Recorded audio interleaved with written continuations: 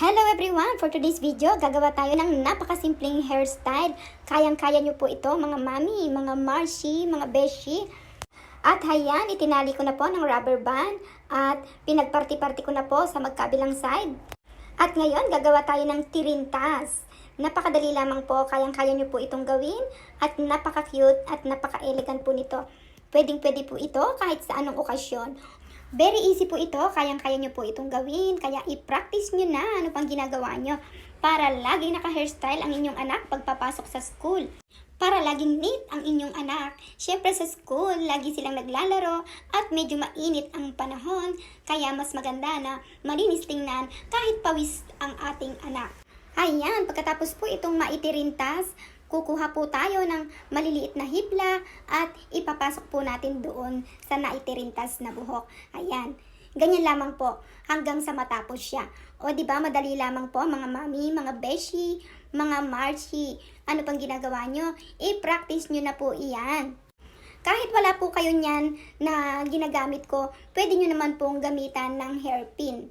O kahit po ang daliri natin, pwede po iyan. Basta dahan-dahan lamang po kayo para hindi po masira ang ating itinirintas. Ayan, ganyan lamang po hanggang sa matapos siya.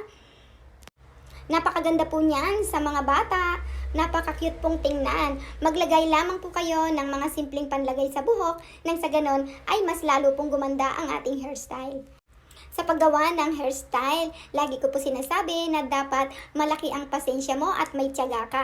Nang sa ganon ay magawa mo siyang maganda at magawa mo siyang malinis at maganda po siyang tingnan. Maganda rin po minsan na matuto tayo na mag-hairstyle para sa ating mga anak. Nang sa ganon, makikita pong malinis ang ating mga anak at makikitang napakaganda dahil inaayusan po natin lagi ang kanilang buhok.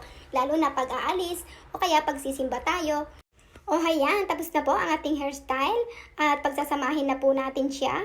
At pagkatapos, pagsasamahin din po natin yung natapos natin na ipinasok na buhok. Ayan. Lalagyan din po natin ng rubber band. At pagkatapos, tanggalin po natin yung naitirintas sa baba para maging parehas po sila ng sa right side. Tanggalin po natin iyan nang sa ganoon ay hindi po pangit tingnan. At pagkatapos maglagay lamang po kayo ng mga simpleng mga abubot nang sa ganoon ay mas lalong gumanda po ang ating hairstyle. Ayan, tapos na po ang ating hairstyle. Napaka-cute, di po ba? Maraming salamat po sa panonood ng aking video. God bless you all. Follow for more.